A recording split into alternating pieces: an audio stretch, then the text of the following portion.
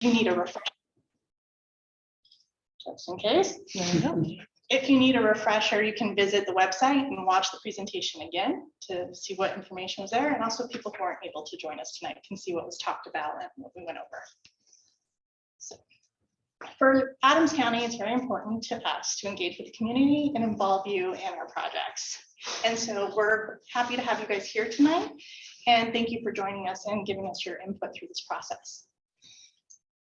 This is an early stages process or project, so we're not heavy into the details right now. So there may be specifics that you're looking for that we don't quite have yet, but just know that there's going to be additional public meetings, and you're always welcome to reach out to us and ask any questions or give us any comments and feedbacks throughout the design process.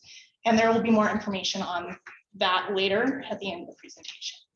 So for the presentation, just ask that you listen with the intent to learn and also understand, and hold your questions and comments to the end of the presentation portion. And then with us, it's very important as part of the community engagement portion that you guys share with us your knowledge of the area, because who knows it better than you guys. And then just please be considerate of others, especially when we open it up to the floor, because there are different perspectives. And so we want to make sure we value everybody's opinion. Okay. So just a brief introduction or a brief overview of the agenda tonight. We're going to go through introductions of key project team members and of any of the Adams County representatives here tonight. Then we're going to go through the project background, just a brief reason behind the project, and then an overview of what the project is going to entail. Pretty broad strokes here still tonight. And then after that, we'll open it up the floor to questions and comments, both in person as well as online. So we'll repeat any of the online questions that may be added to the chat box. We'll repeat that for the group, and also we'll open up the speaker for people to also participate. And then at the end, we're also have available some maps that we'd like you to maybe add notes, mark areas that you know may be problem spots or areas of concern, or maybe it's a drainage issue or something like that, that can help us pinpoint those locations and help us in the design. So without further ado, again, I'm Crystal Carlo. I'm the project manager for Adams County Public Works. Good afternoon, everybody. My name is Ian Cortez. I'm the right-of-way supervisor for Adams County and the Public Works Department. I will be overseeing any of the acquisitions for maybe a small portion of right-of-way that we may need, or any easements. So my team and I will be negotiating with you when we get to that stage. And I'm Erica Olson. I am a consultant that the county hired. I manage our project team that includes engineers, scientists, and specialists working through the project. And my name is Brian Staley. I'm the Public Works Director. To give a little background on the project, the Neighborhood Connections program was developed in 2016 as part of the Making Connections plan. If you go online and Google Adams County Making Connections plan, you can review the entire 24-page document, look at projects like this one that were identified in that plan, and how we're engaging with communities like yours to fill the missing gaps for sidewalk projects, curb gutter, drainage systems, and really trying to complete the neighborhoods that Adams County has in its unincorporated spaces. This project is funded by the recently reapproved road and bridge tax for Adams County. That is a 0.2% tax, sales tax that the voters approved in 2020 in perpetuity. That money goes to making these sorts of projects happen, and paving programs, operations of roads and bridges in Adams County. So this project will not be funded or will not have any additional funding needs from special district taxing or have an impact on your property taxes. So just wanted to put that on the table right up front. So with that, we can advance to the next slide. We're going to hand it over to Erica, Wow. SDH, to go through the project overview. Yeah, so throughout the neighborhood, I'm just get over this side because I feel trapped in over here. The main objectives of the project are really, our focus is going to be start with safety. We always are thinking safety in mind as we're working through our engineering projects. So we're looking at safety, we're looking at mobility and access, drainage. And then while we're there, there's some utilities that may need some repairs, upgrades, that sort of thing. So let's get those work done while we're in the system, you know, not come back later and have to rework something that we're already working on. So we're looking at that. And then, as you know, some of the roadways, they're just due for their maintenance. So all of this, we're trying to wrap a bunch of different things into one project so that we're only here once working through the neighborhood. All right, so this is the area we're looking at. And it may get a little confusing, and I'm going to talk a little bit about some of the spaces that we're not working in. So generally speaking, we're going to be working throughout the neighborhood, 65th Avenue, 65th Place, 66th and 67th, as well as Clay and Decatur. We are not doing work on 64th, and we are not doing work on Federal Boulevard. Federal Boulevard is the state highway. We will be coordinating with CDOT to make sure that we're tying in, and if they're doing like a ramp project or anything at their intersections, that we are coordinating with them, but we are not doing actual work on Federal Boulevard. We're also not doing work on the private driveway for the homes in the middle of the property. We won't be doing any work on the railroad. So we're trying to stay out of those. Again, we're going to be coordinating, making sure that we're not doing conflicting work, but we're not going to be working in those areas. The other part of our stakeholder that we'll be coordinating with is Mile High Flood District, who manages the Little Dry Creek through there. So we'll have drainage outfalls going that way that we'll want to coordinate with them for our outfalls, make sure that our work is working with all of the work that they've been doing in this whole corridor over the last few years.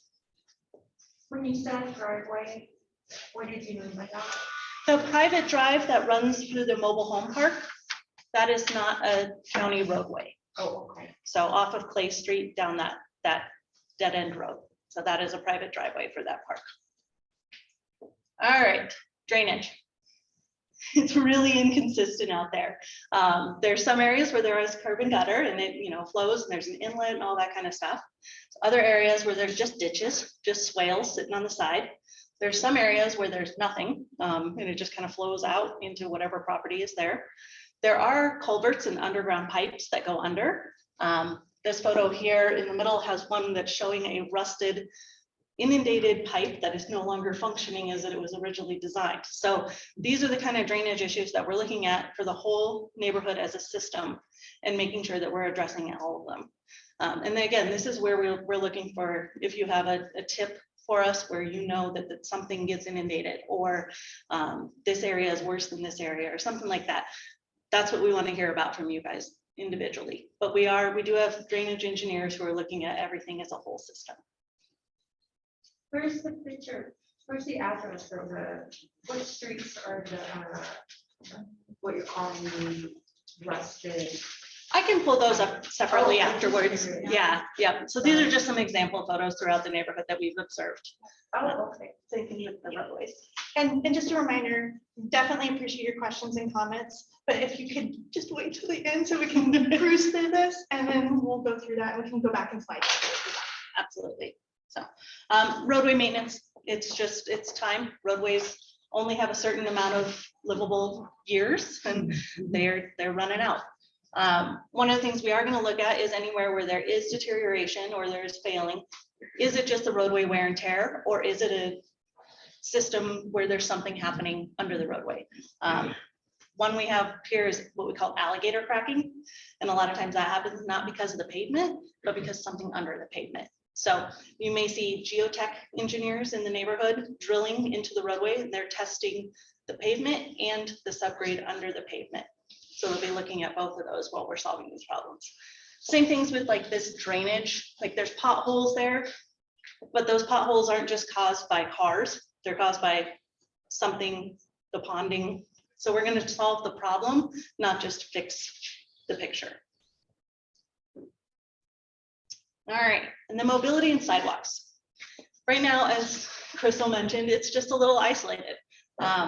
There's a few places in the neighborhood where there are sidewalks. Where there are, sometimes they are in what we call non-ADA. So ADA is the American with Disabilities Act, which we will follow their directions for our design. And what we're looking for there is to make sure that it is usable and accessible to everyone. Everywhere in red, there's not a sidewalk today. So and that's a major thing. I mean, we go out there, you see people walking on the shoulder or walking in the roadway, and it doesn't make it safe. It's not safe, it's not useful. So that's a big part of this project, is looking at this and the connections. Go ahead and pop this forward. All right, the other thing that comes up when we talk about roads is parking. So roads always have parking, there's something going on. We started out by looking at a snapshot. This is our initial data collection where we did an average day during the daytime. Look at how many cars are parked on the roadway. So not in driveways, but out actually on the roadway. Most of it, there's less than 25% parked. So that means if there are 4 parking spaces, only one of the parking spaces is being used. In the areas in yellow, we observed that about half was halfway parked. Like there's some open spots, but some of it is being used. We did not witness any of the areas where it was completely parked in and there was nowhere to park. So again, this is a snapshot. We took this at about 1:30 in the afternoon. We drove through the neighborhood, observed. If you guys, again, know anything different, this was a non-event. There was nothing. It was an average day, average weather, everything. So if you have any opinions on that one, again, please fill it out on the survey. Let us get some notes after the fact. The next one. We also consider overnight parking. So we know that people come home from work, park in front of their house, stays there all night long. They don't want to come home and not have a parking space. So we count overnight parking separately than daytime parking. So this was, again, a snapshot we took at about 5 in the morning, which we generally assume is before people are leaving for work, kind of observation. And we're seeing a few streets, some of the same streets, with halfway parked, but for the most part, there's open spaces available. And we did note the area on Clay Street where no parking is permitted. And that's probably going to stay that way with that drainage. All right, so now we're talking about a little bit about what's going on out there. So let's talk about what we're going to do and how we're going to approach it. As we mentioned, while we have it open, we're going to be looking at some utilities. We've already been in contact with Crestview about the water and sewer. So if they're ready to do upgrades, need to do repairs, any of that kind of stuff, we can time it with them and work with them so that they can do their work while we're also doing our work. We'll be looking at ramps, again, safety and ADA, sidewalk, curbs, gutter, and then the storm system, which will depend on what we're looking at, and then they'll top it all off with a nice clean roadway at the end. All right, this is what Adams County uses as a standard typical section of the roadway. So if you're standing and looking at the road and you sliced it and looked straight at it, this is what it would look like. You have room for vehicles to travel and park. It's just kind of a general for a neighborhood, curb, gutter, and sidewalk. This section is about 50 feet wide, which generally speaking in this neighborhood, we don't have 50 feet everywhere. So we're not going to come through and cut off everything and just try to force this to fit.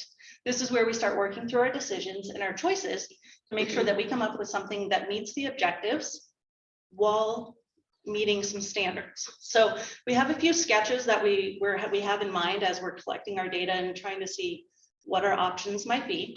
We have not made any decisions or any designs on any of the roadways, and we likely won't use the same thing everywhere.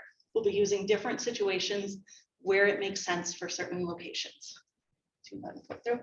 This is the general, simple, smallest section. So where we are restricted, we may just have 2 through lanes with curb, gutter, and sidewalk. This is the section where we have 2 through lanes, parking on one side, and then this area over here, where it's shown as green, is not just decorative. That's kind of where we would look at being a utility easement or stormwater management easement, things like that that fit in the roadway where we need a little bit more space that is not part of the driveway. And then this is the general section where we have through traffic plus 1 lane of parking. Parking may be on one side, maybe on the other side. It may switch back and forth. This is kind of what we're looking at. This section would fit, for the most part, in the areas and roadways and 40-foot right-of-way that we have throughout the neighborhood. There are some areas where we may need to use construction easements, as Ian mentioned. So the contractors have room to build it while they're there, but they wouldn't permanently acquire the right of way. There might be some areas, especially at corners, where we have to put in the ramps, where we may need to work with those property owners to see if we can work out something so we can fit everything in on those corners, that sort of thing.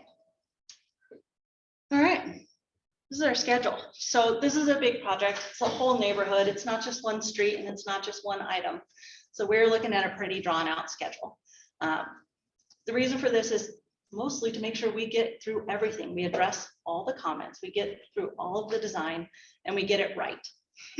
So we're looking at design now. We're getting our data collection in. We're getting ready to design. We'll work through our design process, the right-of-way acquisition process if we need it as needed, and then into our contracting and bidding at the end.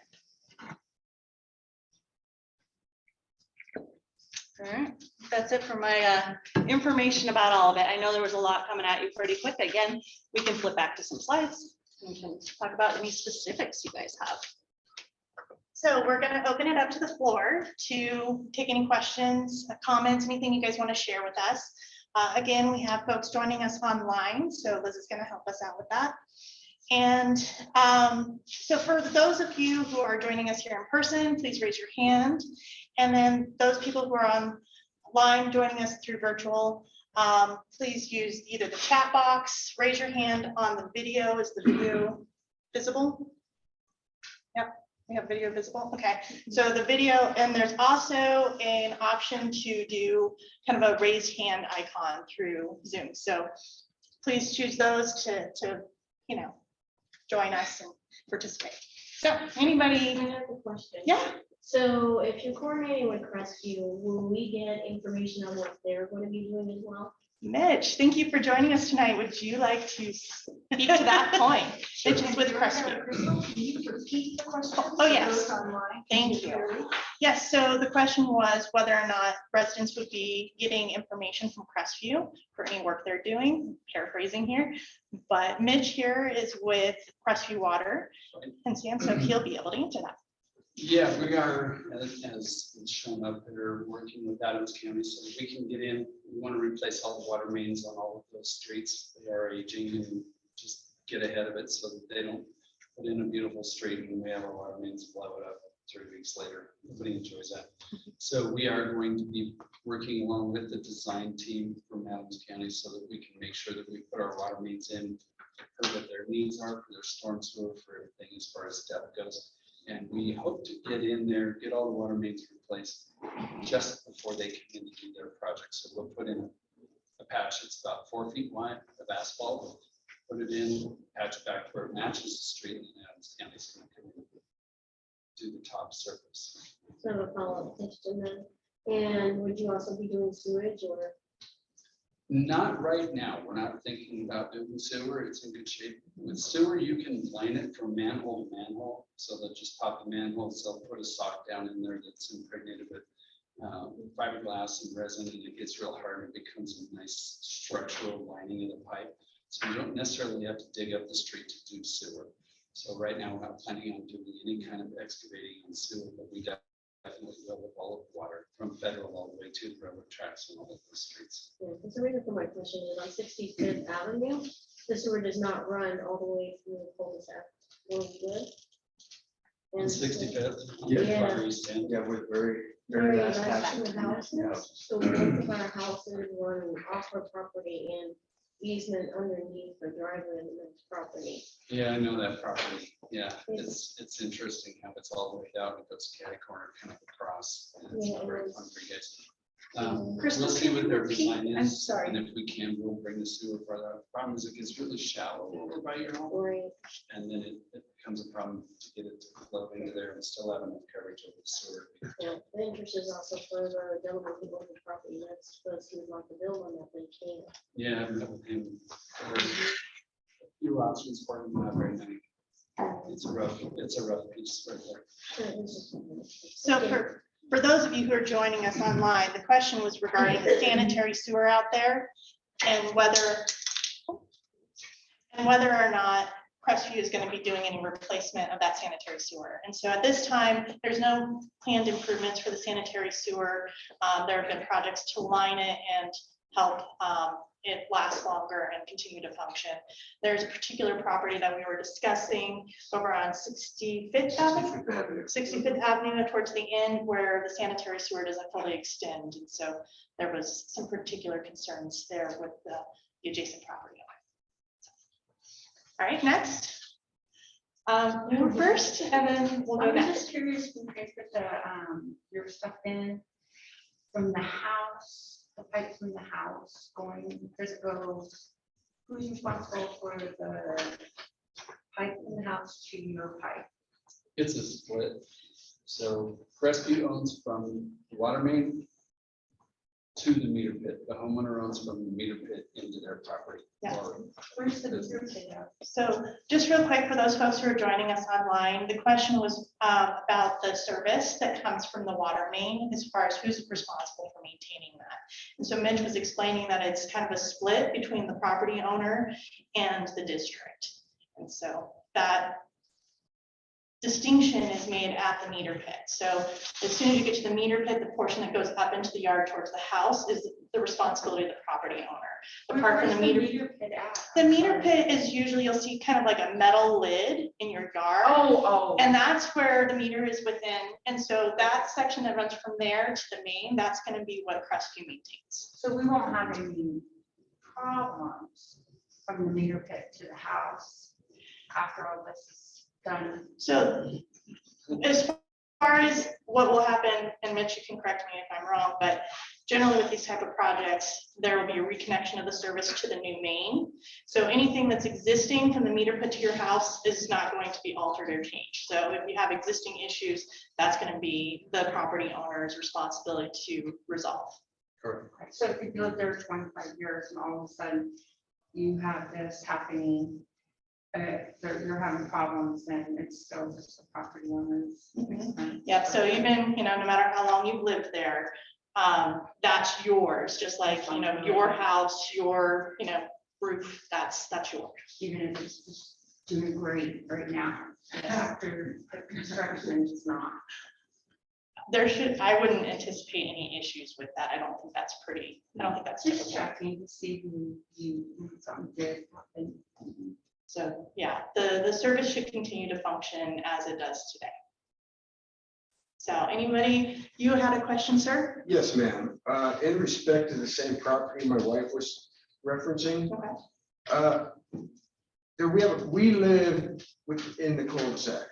And at the end of the cul-de-sac, I think one of those photos that you showed of dilapidated roadways was ours, which means there's really poor drainage because we've got a ditch down there and we've got soil that is built up too high for any drainage to go into the ditch now. Are they looking at doing something in that ditch area so that the drainage improves? I know you haven't really looked at all the specifics, but we're kind of, we have really poor drainage down there. And Right. I think it's the next, It's that. it's the one on the left, yeah, right there. Yeah, so as Eric had touched on, the question was regarding the cul-de-sac end of 65th Avenue, Placer Avenue. And so there's an ongoing drainage issue over there because of the grade, it kind of blocks the drainage. So with this project, all those issues should be addressed. And so curb, gutter, inlets, we will be capturing that drainage flow. And as Eric had mentioned, outfalling, which basically means we're going to connect it down to essentially the drainage way downstream. Now, So are we looking at the sidewalks coming all the way down to that cul-de-sac area?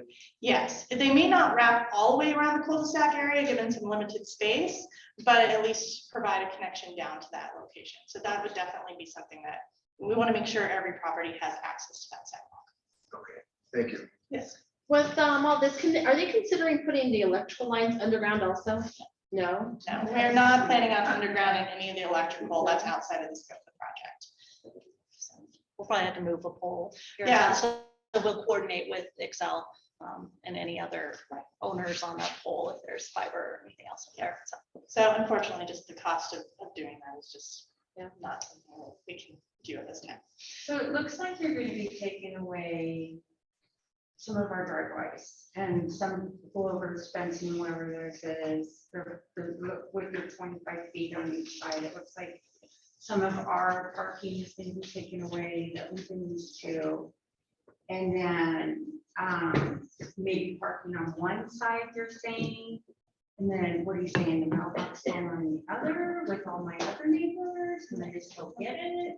So the question, for those of us online, Question. two parts of the question. There's asking about driveways and fence lines along the properties and if anything's being removed. As far as the, and then with the parking as well. That was your other part of your question. Well, So- yeah, because it sounds like you're gonna be, because our streets, you're gonna need to take some of the property that we're used to having for our living, the way we live, our way of life. Yep. Currently, and that might include somebody's rose bushes or from their mother or something. that Yeah. She said now, but anyways, I might be just, what's the response, what's going on with that? And then I noticed on the picture, it was like you have parking on one side, but I don't see mailboxes. So I'm trying, are you gonna do like a mailbox at the end of the street type thing, or in front of my neighbor's house that maybe I don't like? Or I don't know. So the question includes mailboxes and frontages in front of the homes, what will be happening there? So the intention of all of the work is to stay within the county's right of way, which means within the roadway, the property line to property line. And what is included, it's the roadway plus kind of the shoulders. And we do have right of way mapping, so we will know exactly where those legal lines are. And the plan was we can't do that giant right of way that we want to because we don't have that property. We're not, it's not a benefit to the project to take out fences and driveways and things. That doesn't improve everything that we're working to improve here. So what we're gonna do is we're working within the area that we have. And that does mean sometimes the fences. So if there are landscaping or personal items in the county property in that area, we would be notifying you ahead of time before we're doing anything there. So if you want to relocate your rose bushes, for example, you would have the opportunity to take care of that before we come in to do our work. Okay, so we're responsible for all that. If it's your Notify us. personal property in the county right of way area, that would be that part. So outside of the county right of way, we talked a little bit about easements. So to do the work of construction, there may be some impacts to properties, not permanent impacts, but where they may need to feather out some of the grading and fill in some areas to tie in the grades and stuff. So that's where Ian will come in and you'll be, as individual property owners, working with Ian to discuss those impacts and sort all of that out later in the process. Can we jump back to the schedule? That will probably start somewhere around, I think it's a year from now. Yeah, it starts towards probably kind of the late summer, fall type months of 2023 is when we start anticipating having enough idea of the design so that we can assess who we're going to need easements from and start those negotiations and conversations. So generally speaking, every property is going to be different and have different issues that will need to be addressed. But especially with private items like a rose bush, that kind of thing, generally that would still be the property owner who would relocate that. So if they have a fence and their yard is in your easement, so now they're responsible to tear that fence out for you guys and redo their whole front for you guys to go ahead and get that street because you need it. So the specifics of those impacts would be looked at each property, and that would be discussed at the time with Ian and his team and the consultants team who are going to be working with that to address who does what and how that works out. Okay. Okay, so probably can be removed. Did you want to? What was the mailbox question? Mailboxes will just be reset. we're not doing any kind of combined mailbox system. If a So they're gonna mailbox stay- is out there, it'll just be reset back behind the sidewalk. Yeah, it will just be moved back. I mean, think about regular, like residential neighborhoods who have sidewalks and curb and gutter. Those They won't, okay. so they they're still not- have, not like brand new developments that have the group mailboxes, but you know, older neighborhoods still have the mailboxes right behind the sidewalk. So they'll just be relocated behind the Okay, improvements. one more question, sorry. So you guys are gonna have to do our driveways somehow. You're gonna do an apron for us. Is that what I'm hearing you say? So the question was about driveway aprons and the reconnection of the Because driveways. it's gonna, your easement's gonna. So we'll have curb and gutter in most areas, if not everywhere. And so with that, we're using a standard curb and gutter type that's called a mountable curb. So it's something you can drive over. It's in, you know, neighborhoods all over the metro area. It's super common. So we're not gonna do, we don't anticipate doing driveway cuts where it's like the sloped, where it's flat into the roadway. The reason being is that makes the sidewalk too steep, and that will not meet the ADA requirements for accessibility on All the the way sidewalk. up and down the streets, and be like curve. It will not be, cut. it will be mountable curb, Sloped. sloped curb that will allow you to drive over it, not. And then I had cuts. one more question, I'm sorry. That's all right. So we're, you know, Denver, of course, now they're not gonna, the city employees, we're paying them, they're gonna be paying their city employees to shovel the sidewalks. But we're not considered Denver, so we're still responsible for shoveling these sidewalks for not just our neighbors, but strangers and whoever else is coming through. Is that what I'm hearing? So you based say? off of Adams County ordinances, which is very common throughout the metro district or metro area, is that the property that fronts that section of sidewalk is responsible for clearing the sidewalk of hazards. So shoveling snow and ice, that kind of thing. So just the same as any other neighborhood out there in Adams County and also in most cities. So there is that new element that you'll be introduced with, but the trade-off is the sidewalk connectivity. So, Well, and then if you bought that property, because you had a choice to buy a property in Arvada or somewhere else with these great sidewalks, but you said, I don't like that. I moved here because it's more of a country feel and we don't have sidewalks here. And you know, it's kind of a give or take. It's kind of like, well, maybe not so great. You know, because how do when I'm 90, who's gonna do it for me? and certainly I appreciate the concern there.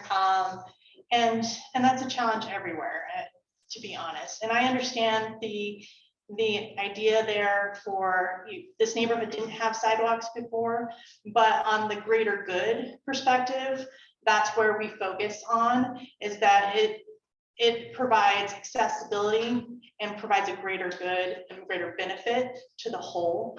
And unfortunately, we're not able to address every individual So there's circumstance. not a senior citizen plan to help these folks out. There is not. It will follow standard sandbox. Yes, it does. Adam's gonna have like shovel buddies and that kind of thing. No, No, we don't have any programs or anything like that. So In respect to the sidewalks that you was talking about and the snow shoveling, what if, because it sounds to me like on the backside of our cul-de-sac, you were gonna be putting sidewalks. To a certain point. Right. Now, county bought that property off of my grandparents years and years ago. And who's going to be responsible for shoveling the sidewalks that are on the backside over there? where If there's they're not, if they're not in front of, I mean, we don't even get the cul-de-sac plowed. right. So, and that property doesn't belong to us. Well, and to right now, that's probably a level of detail. We just don't have the specifics of how the sidewalk's gonna extend everywhere, especially in Right. those cul-de-sacs. So it's something we'll certainly look into and consider further. The concern for the people listening online, where certain areas where there may be sidewalks installed and there's not an adjacent property that would be responsible for maintaining it. If the ownership's like RTD or the county or someone like that, Mile High Flood District. So we'll Question. certainly look and evaluate those instances. Okay. through the So design. We like, just won't put I'm sidewalk there. crazy. I like to shovel my street where my car comes out. Okay. So now that we're gonna be sharing space on the street, so I'm in a shovel spot, my neighbor's friends can come go, oh, look, I got a spot. that's might cause some problems. So are you guys gonna shovel, are you guys gonna plow our streets for us? Brian, can you speak to that a little bit? Yeah, so our operations team within Public Works, I'll repeat the question. So and do I need to speak into the microphone or am I loud enough? So the question was, are we going to plow the streets in the residential area? And I feel like there was another part to it. Can you repeat? Well, like, so And your to parking get in space. and out of my driveway, I like help myself, not only by shoveling my driveway, but shoveling cars straight in front of my driveway to get me out and help me get in and out. So I'm thinking there's a good opportunity for some parking, depending on, you know, what's happening with the street, whatever. I might be shoveling the spot for my daughter because, or something like, but someone's gonna go, oh, look, that spot's nicely shoveled. I'm gonna park there. And now I'm like, what? So I'm wondering, well, would you guys like be like shoveling the streets for us? So we wouldn't have any conflict with that. So right now we don't have, so the question, I'll go back to that. So the question is, if you shovel your own parking area in front of your home, and somebody else may come along and take it, is there a county service to clear snow in front of your home or in the parking lane? Right now, the county does not have a program that clears snow for parking lanes. We only clear snow in the traveled way. And in residential areas, we only do that when a storm event happens that accumulates more than 8 inches of snow. So we only come into neighborhoods when we get really big storms. And otherwise, we're focusing our attention out on the arterials, on Pecos Street, Washington Street, and the collector streets, so that we can get ambulances and emergency vehicles to where they need to go in responding to emergencies during a storm. Would you consider A metro area, though, that's just one area, they should have through all the metro areas, so it's not really any different. Yeah, so I do want to pause right now for the folks who are in the room to allow some of the online comments. So if we can just take a moment to do that. Nora, do you have any comments to say? There's a question from Tiffany, which may have already. We'll get you the microphone.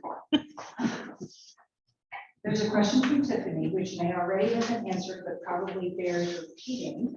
What's being done exactly? Is it just gutter, sidewalk, and drainage? So I'll general hit on that again. The specifics of the details, we're still in the concept phase. We're looking at the whole area and assessing, area by area. So we can't give you absolute specifics, but in general, we're planning to do curb, gutter, sidewalk, repaving, and working with Crestview to do utility installations, and then also install drainage, storm sewer improvements, like inlets, pipe systems to address drainage in the area. So very generally, that's what we have right now. Throughout the process, again, we'll have additional public meetings, and you're always welcome to reach out to us at any time during the process and ask us questions, and we can give you updates, when you reach out, and give you more details as we progress with the design. So Maria asks, we touched on this, but we'll touch on it again. I'm understanding that the sewer will continue as is, or is it going to be redesigned? And Maria also has a house where sewer runs through the old alley, so it might go repeating. Yeah, so Mitch is here with Crestview, but generally speaking, the sanitary sewer is not being replaced. The sanitary sewer has had some improvement to it with lining to help it maintain its structure and continue to function in the future. And so if there are specific areas, definitely, feel free to reach out to Mitch with Crestview, and he can answer more questions or look into those areas of specific concerns. I'm sure you guys have bills that you receive from Crestview that have their numbers, and that would be a way as well to contact Mitch or his team. We have another question from Tiffany. Tiffany asks, once the plan is drawn up, will you send that to us? I'm wondering if you can go over the timeline again. Yeah, so As we develop our concept design, once we have the concept, we're gonna have another public meeting to go through those and have you give us some additional input. And then after that, we're gonna start going into the actual detailed design. And then once we get, into those details and have a final design for you, we'll have another public meeting to present that. In between, we'll be reaching out and discussing things with individual property owners and maybe small groups of folks. If you have any questions and concerns about anything and you haven't been contacted or you want to get an update, we are, and there will be some additional information, there's additional contact information at the end of the slide. But we will have ways for you to reach us, and we would like you to contact us and follow up, and we'll share that information with you. It might actually be worth mentioning the survey at this point as a way to get input. Absolutely. So we have put together an online survey with some general questions about the area to understand some needs and uses in there. There's a number of questions in there too, of kind of fill in the blank. Let us know if there's something specific you want to tell us about. So that's available on the project webpage. We also have paper pamphlet versions tonight that you can fill out here if you'd like. And we also have little QR codes that you can just take and scan with your phone that will take you right to the survey. But all this information, again, is available on the project webpage, which you guys have been receiving flyers, and some of you have signed up for email notifications, also are getting email updates for that. So please do fill that out and share your information. And again, reach out to us at any time. Liz is, oh, I'm sorry. Just go ahead. Sorry, I'm backwards. I know, go ahead. So I don't think I missed this. I was online driving here, so I think I heard it, but I'm not sure. So the part about the sidewalks, and so on 65th Avenue, we have sidewalks on one side of the street, but not the other. So when you're looking at all of the sidewalks, are you taking that into consideration to see about getting sidewalks on the other side? Yes. Or is it just, okay, So just the want to make question- sure you didn't just say, oh, well, they already have sidewalks, move on. So the question is 65th Avenue, and there are sidewalks existing on the south side of 65th Avenue. Now, actually, those sidewalks we've taken a look at, and those have what we call driveway cuts, where the sidewalk has been cut into and sloped. And those actually do not meet ADA requirements for accessibility. So we actually will be replacing those and redoing the sidewalk and curb there to do the mountable curb, so that we maintain accessible sidewalks throughout the area. But then the second part of the question was, since there's sidewalk already on one side, will we be putting sidewalk in the other? And yes, that is what we generally anticipate to do. Okay, then I have a few more questions. So, Real quick, just one last thing on the public or the contact information. We do have available on the website and public information or outreach coordinator. And so her information is available on the website as well as in a lot of the pamphlets and flyers we're receiving. So if you guys have any questions, concerns, that kind of thing, she's also a great go-to person and to direct your comments to and get your contact information to follow up with any other questions. So back to you. I'm sorry. okay. So with that, with the street, do you take into consideration like speed bumps or anything like that? That is my. We have a lot of issues. That's one of my biggest. We have a lot of issues, and especially on our street, I don't know about where everyone else is, but on our street, because it's a dead end, there's a big sign right at the corner of 65th and Clay that says dead end, but nobody sees that, and they fly up and down the street, and it's dangerous. We've had accidents, we've had, it's an issue. And I know a lot of times they say, oh, residents are responsible for that. Well, I don't think that should be, So real quick, just to repeat for folks online what the question was, and the concern, is speeding on these roads that have been observed by the residents who live there, and what kind of plans are anticipated with addressing some of those concerns. We are looking at those concerns and considering that in the design. Generally speaking, though, studies have shown that narrower roadway sections that aren't like wide open kind of roads tend to slow people down. And so for the majority of the project area, with what we're doing, that is one of the ways that we're anticipating approaching that. But we certainly would welcome your feedback for locations, problem spots, and we'll take a closer look at this. My name is Sandra, and I too live on 65th Avenue, and we are looking forward to sidewalks in our neighborhood. And with that being said, where I live, people drive through there like 70, 60 miles an hour, and some kid is gonna die someday by those cars, because you have the old auto shops right there on Federal, and these kids, they just zoom right up and down where we live. Also, where I live, the walls that are in front of our house, our cement walls, they're caving over. Is that going to be something that'll be corrected? Because I think you're gonna end up having to take some of that area to put the sidewalks, that upgrade the roads and stuff. Those caving over walls, I would hope would be considered into that and repaired as well. So we'll be taking, the question was two parts, one concern about speeding, which I pretty much already mentioned. So we'll look into that some more, but with the concern, there's concern about 65th Avenue, I believe it's the north side you're referring to. I live on the south side of 65th Oh, Avenue. okay, south side. So there's some walls over there as well They're caving over. that right in front of our are starting to tip. And so the concern and the question is regarding whether or not we'll replace those. We'll need to look in greater detail at that.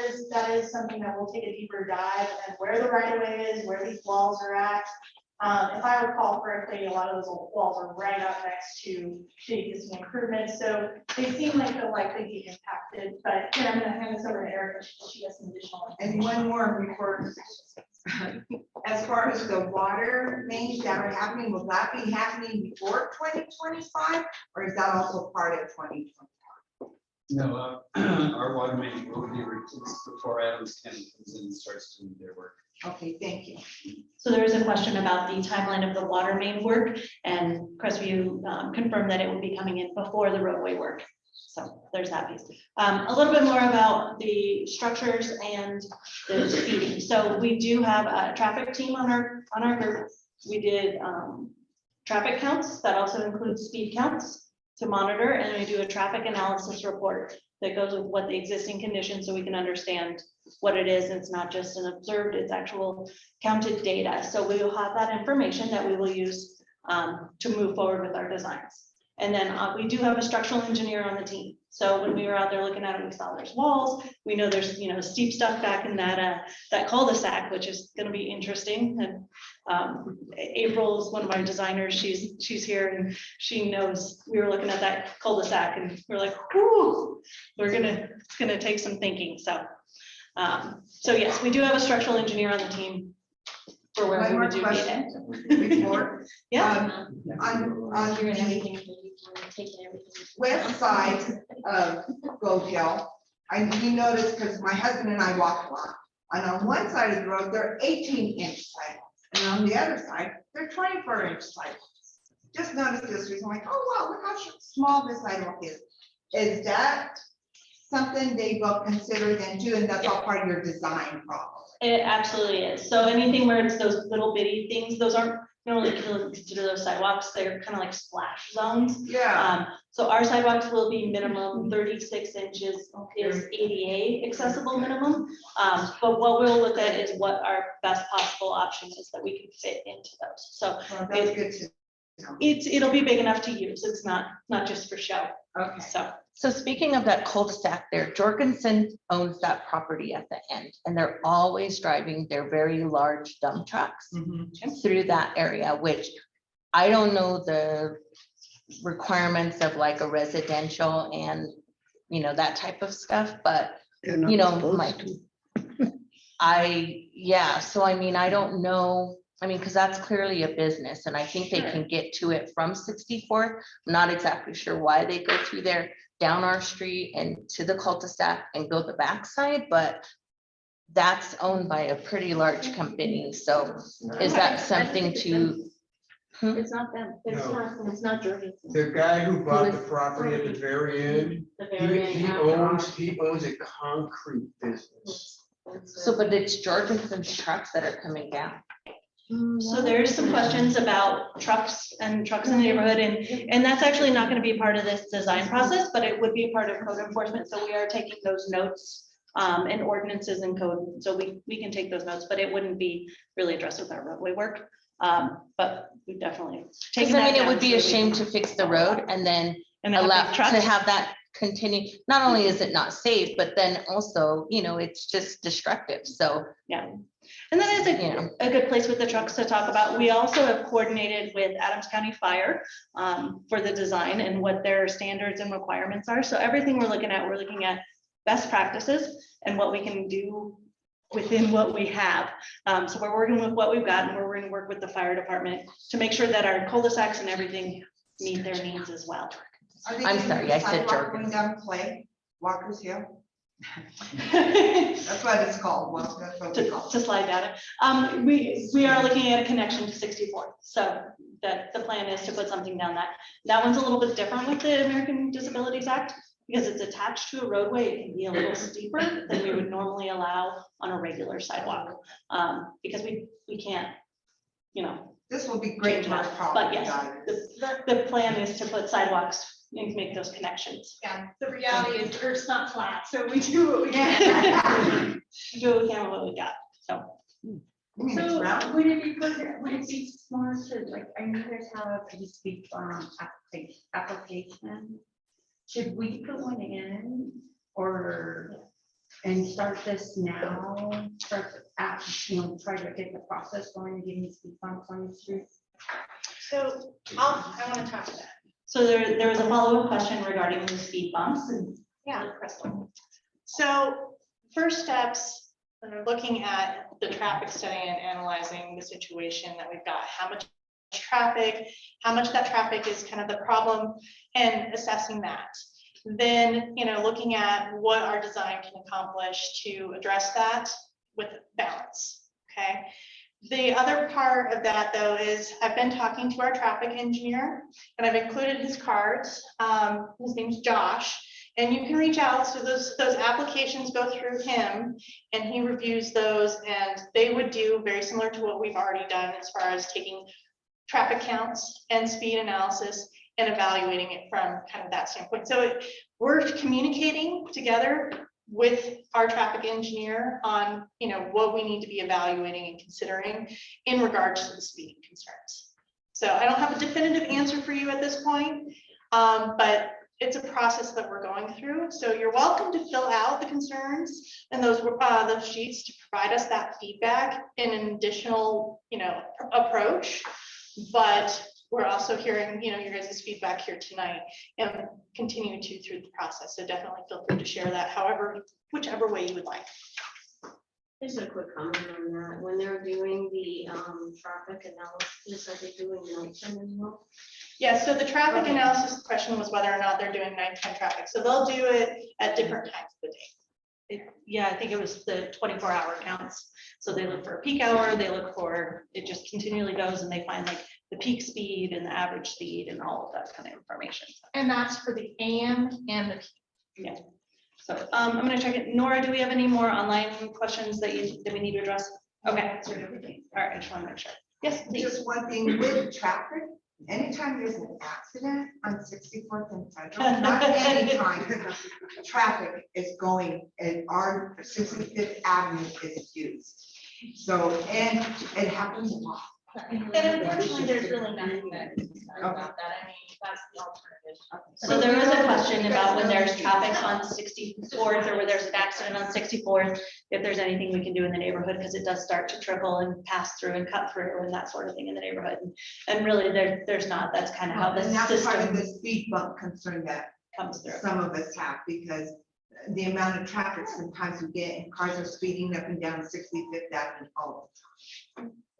What about the street lights? Does that, is the street lights having, is this part of this Yeah. reorganizing or reconstructing or? So Whatever you're. we're I missed not that part. looking, we do have a lighting designer. Okay, so the question was regarding streetlights in the neighborhood. We do have a lighting designer on the team, and we are not gonna come through and light up the neighborhood like a runway. Thank goodness. There are lights on the out there on the existing poles, and where we're resetting the poles and those lights, those would remain. We'll also look at safety lighting if we need it at an intersection, and that would be more like a pedestrian or dedicated light at that area. But there's not a plan to light up the whole entire neighborhood. So Good. these are great questions, you guys. I feel like this is a really engaged public meeting, so thank you all for coming out and asking your questions and more follow-up and more information. I'm an engineer, so I want all the information. So I Now, love the data. You'll, as the progress goes, you'll have more meetings, right? So Yes, that we will. So we can have more input. Yep, we'll have official meetings and then again, reach out as needed as well. Right, So okay. And this project's gonna happen for sure.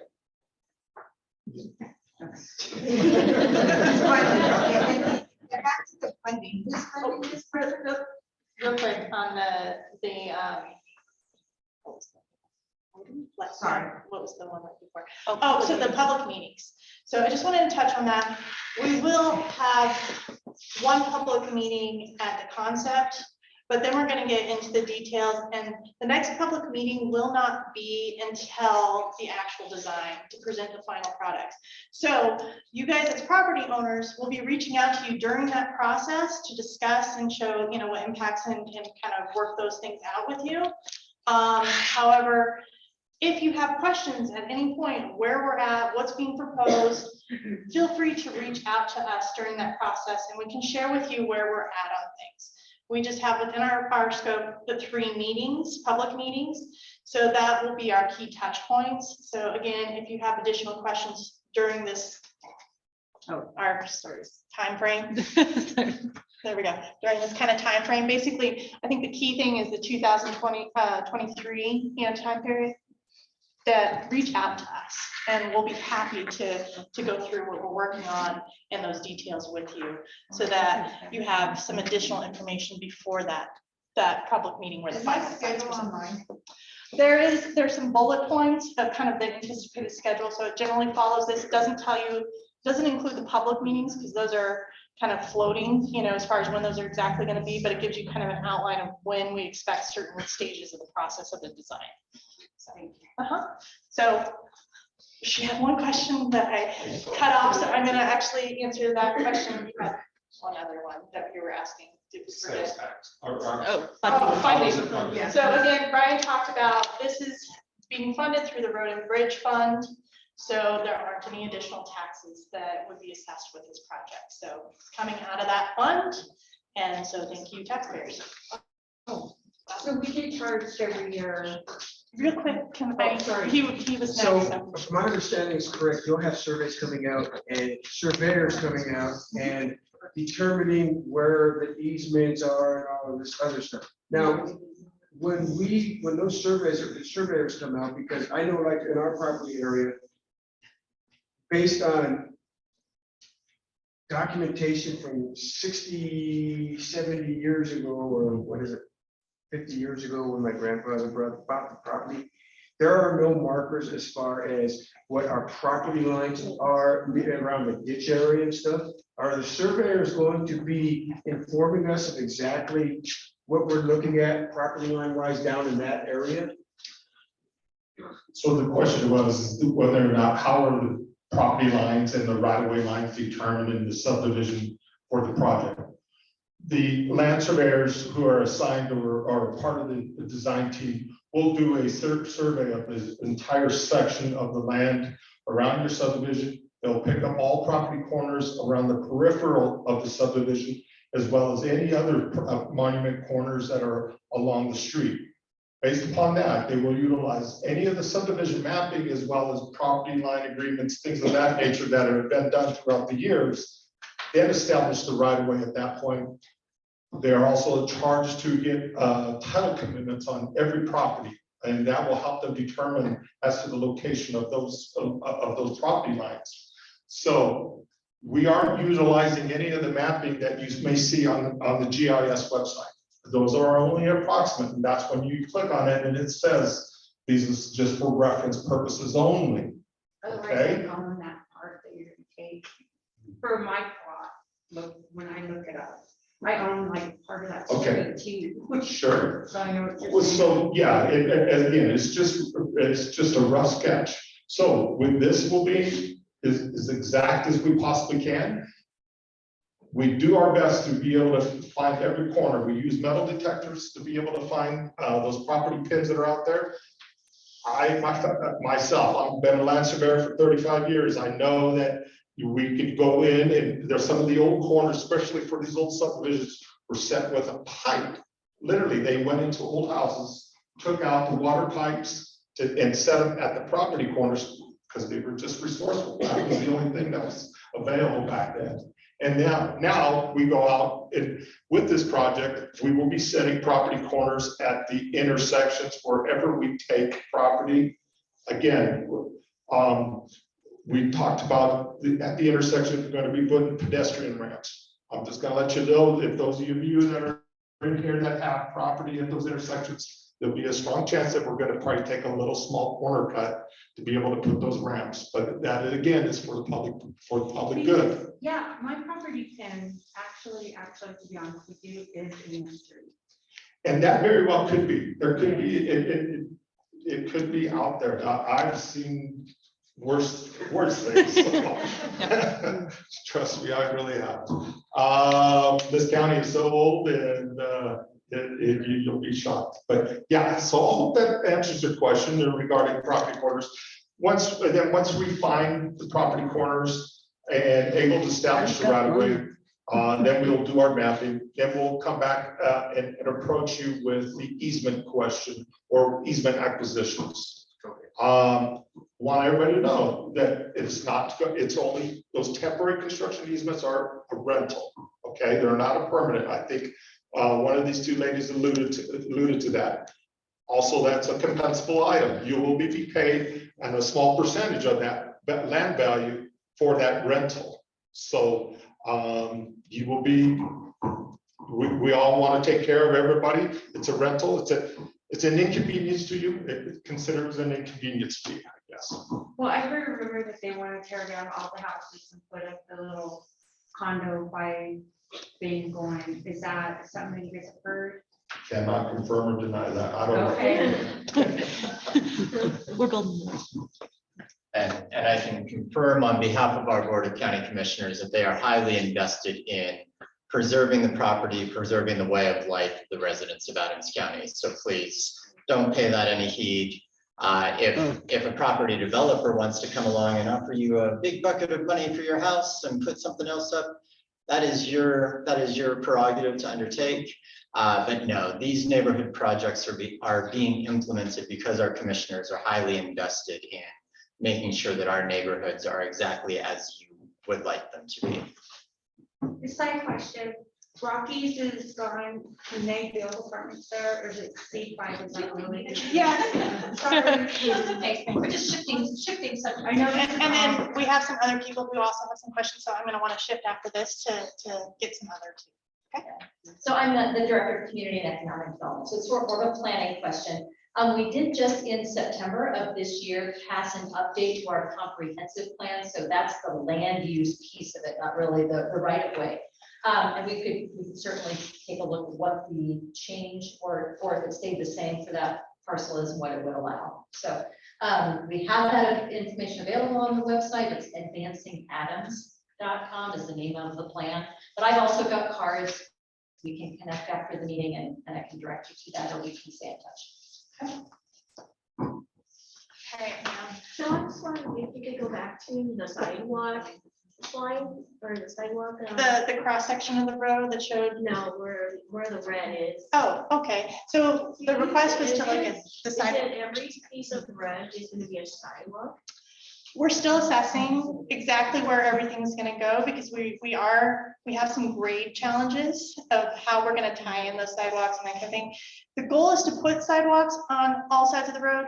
That may change as we dig into the details, and we may have some areas that that we need to reassess. But generally, the goal is to have sidewalks on both sides. We'll look in those details as we dig into the design. And then is my concern is that cul-de-sac is only my house. On the corner. right Yeah, on the, and where you have the east side. circular, that is our retaining. No, all the way down. You see the circular part? I have a retaining wall. So I don't think we need a sidewalk because it's just us. Yeah, we put the retaining wall there because the soil would have run into It's that kept running cul-de-sac. into the- So originally, when we had that done 30 years ago, or 20 some odd years ago, it was to keep the soil from running down into the cul-de-sac. sure.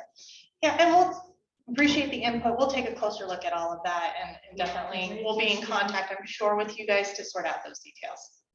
So the question was about some sidewalk at the end of 65th Avenue where the property at the end, there's a retaining wall and whether or not the sidewalk needs to extend out that far. So we will take a look at that more in detail, deep dive through the design process.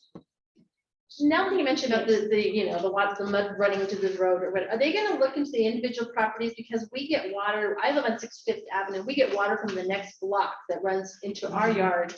I don't know if anybody else has it on our street, that issue, but we get the water from the next block. Are they looking into that also? So from like the streets. From the other street, yeah, we get the water from 65th Place down to our end. Okay.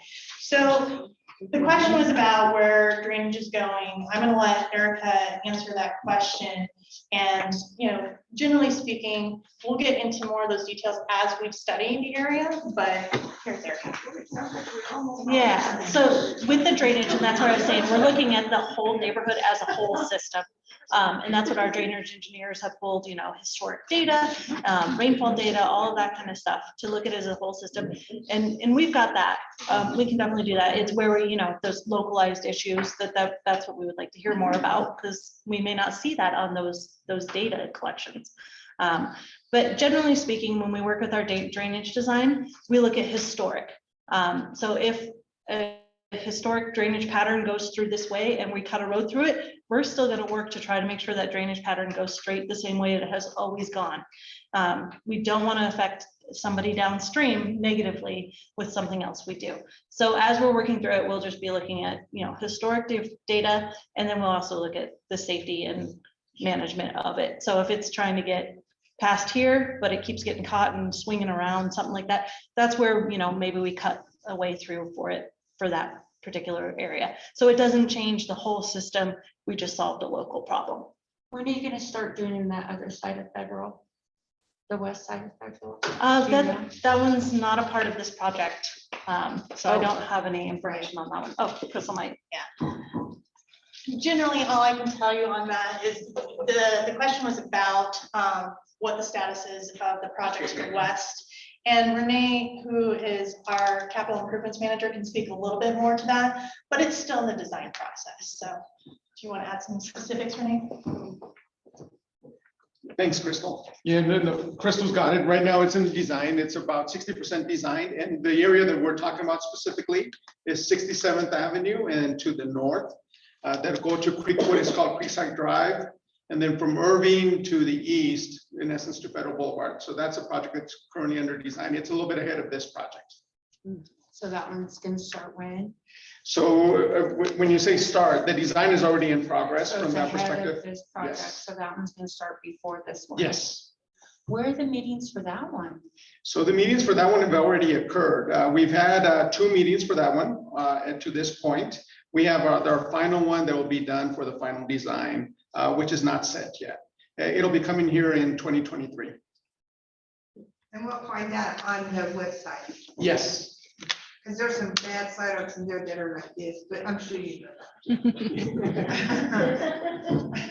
So the question about where to find additional information about other projects the county is doing, if you go to the Public Works site, you'll be able to, there are links that will take you to capital improvement projects you'll be able to go in there, find ones like the Goat Hill project that's on the west side of Federal and be able to see their webpage and specifics on that project and any other ones that we're currently doing in the county. Anybody else? We have a quick question from the chat. Okay, we have a question from the chat.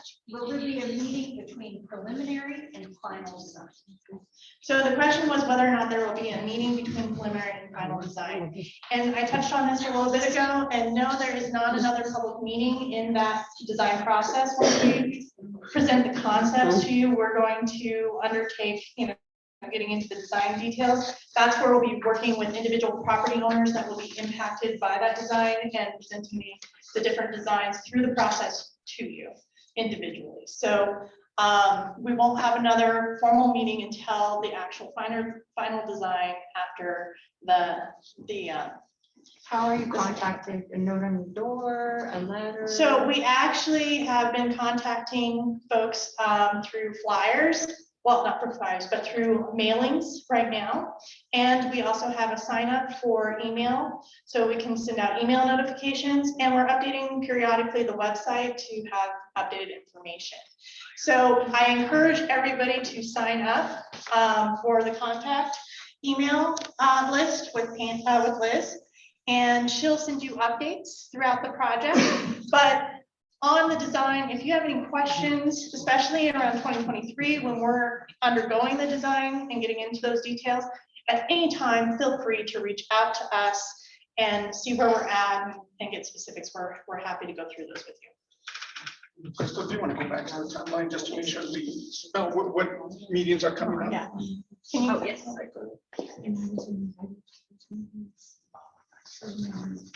So we have in the survey, we actually have questions in there about your preference and how to be contacted. And so, if you want door hangers or flyers, we're looking for you guys' input of how you think it might be best to reach you through the process. So, and I really wanted to just let all of you know from this perspective is right now, between this meeting and the next meeting, it's really important to get all your feedback. This is really your opportunity to give us your input about what you want, what kind of improvements you want in this area.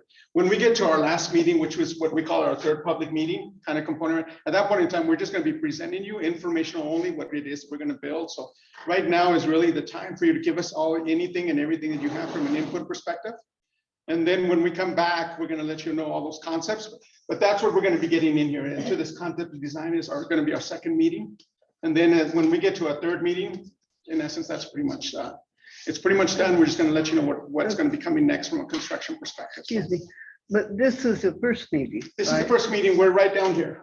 Okay, so the third meeting is when you're talking about? Yeah, the third meeting would be closer to the end of 2023. It could be in the beginning of 2024. So we have up till the third meeting to give you our input? So because we don't really know exactly what you're doing at this first meeting. So yes, from that perspective, but when we come back from that perspective, when we come back for the last meeting, we're just going to be letting you know at that point in time, there will be no more opportunity to make changes.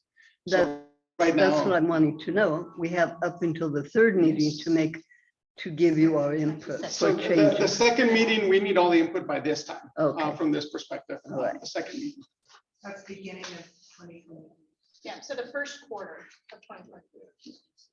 So yeah, whatever you can give us right now, opportunity, you saw all the contact information, feel free to reach out on our website, whichever way is the easiest way for you from that perspective, and then just give us everything you can and we'll get back. I'll be completely honest with you, there'll be some things we can do and some things we can't do. We can't satisfy everyone here. We just want to make sure that you're aware of that, but right now is really your opportunity to give us as much as information. Yeah, but what I'm saying is this is our first meeting to know what you're going to do in the first place. Yes. So it's really very basic. So we don't really know all the input that we can give you. Because this is so basic. So by the second meeting, we will have more information. You will and give you more input then. And then after that, it's final. Yeah. Is that what you're saying?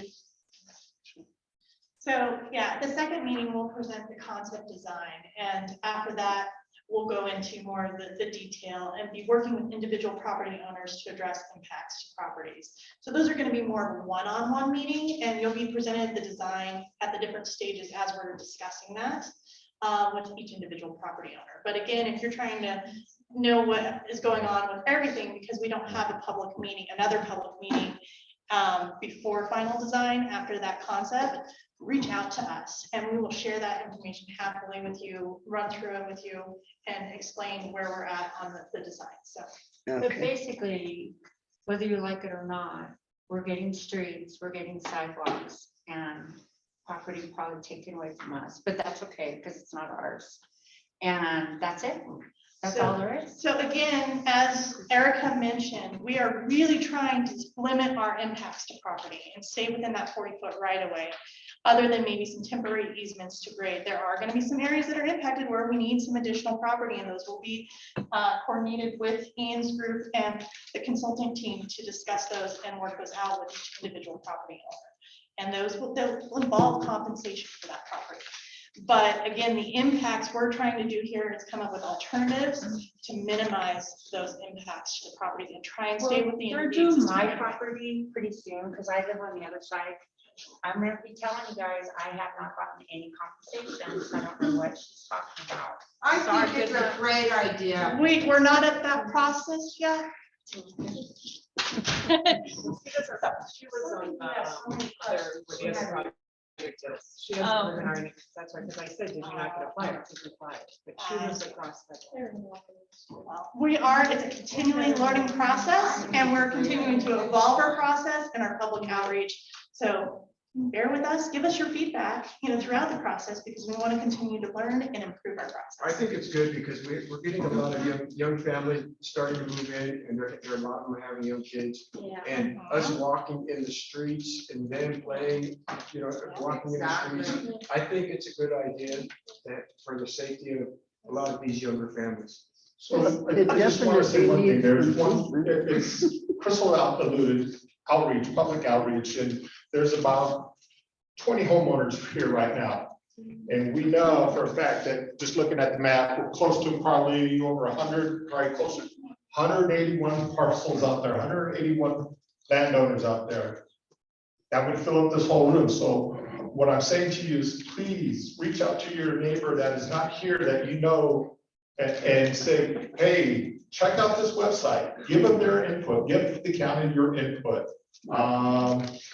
You don't like him, like what she's just, well, yeah, no, but yes, reach out, please. Our neighbors are here. Yeah, everybody on 65th Avenue. Except the rest of them that are actually our family. So, it's our whole family on that block. So we're all good. We'll let them know. And as Renee mentioned, we can't make everybody happy. We'll do the best we can and try and address our major goals, but the reality is you can't make everybody happy. Liz wanted to say something. Well, I was just gonna, to address your questions, to just step back and say, there's nothing to put input, there's not a design concept yet to have input to give, but that's why the survey is so important, because it's at basics. It's what are your concerns? What are your biggest challenges? What are you most want to see improved? So we're still back there without having a design or a concept to review, but that's the kind of input that we need now too. Just like, where's a terrible place, where speeding is or whatever. So we're really just at the, tell us what your concerns are. And to bring it back to, you guys know this neighborhood better than we do. So you are an invaluable part of this process for us to understand the problem spots and the concerns. So your neighbors, people in your neighborhood talking to each other, have them share their concerns and questions with us, please, because that, especially at this stage early on, we don't want to be way down the design process and be finding out stuff that we could have easily addressed if we had known earlier on. That's why we're having these public meetings so early on in the process, so that we can better understand the needs and the issues in the development and incorporate them into our project as best we can. So I just want one more question, and then we're going to go to the maps. And if you can go mark up and make notes and that kind of thing of any of the problem spots you're aware of, some of these issues you've already brought up, but it's great to make notes. I mean, we've been taking and recording this presentation, so we'll go back and review and make sure we're catching up and capturing all this. But please feel free to mark up the maps after we take this one last question. Sir? Did you, oh, I thought you raised your hand. Never mind. Oh, one last question, you're it. On Clay Street, on the hill, Walker's Hill, there's that one spot that always ends up a big hole. Right now, they repatched it and it's starting to sink again. Right outside of the local park. Right on Clay Hill. Right. On the steep part of the hill, Steep part of the there's hill. a, Okay. Yeah, it's been patched twice in the last 2 or 3 years. so, And it's already starting to sink again. That's a sewer issue. I would think that maybe. would be addressed. So we'll take a look. The concern that was brought up is that there is a repetitive sinkhole that basically occurs on Clay Street as you go down towards 64th Avenue, correct? So we will definitely, thanks for the information, we'll take a closer look at that and see if we can figure out what the cause is, because of course, we don't want to have that to happen on brand new. So, all right, folks, thank you so much for coming tonight. We really appreciate all your participation. Please feel free to grab a pen, a survey, or, you know, one of these, just access the survey later. Do you want to go through the survey together? I'm sorry.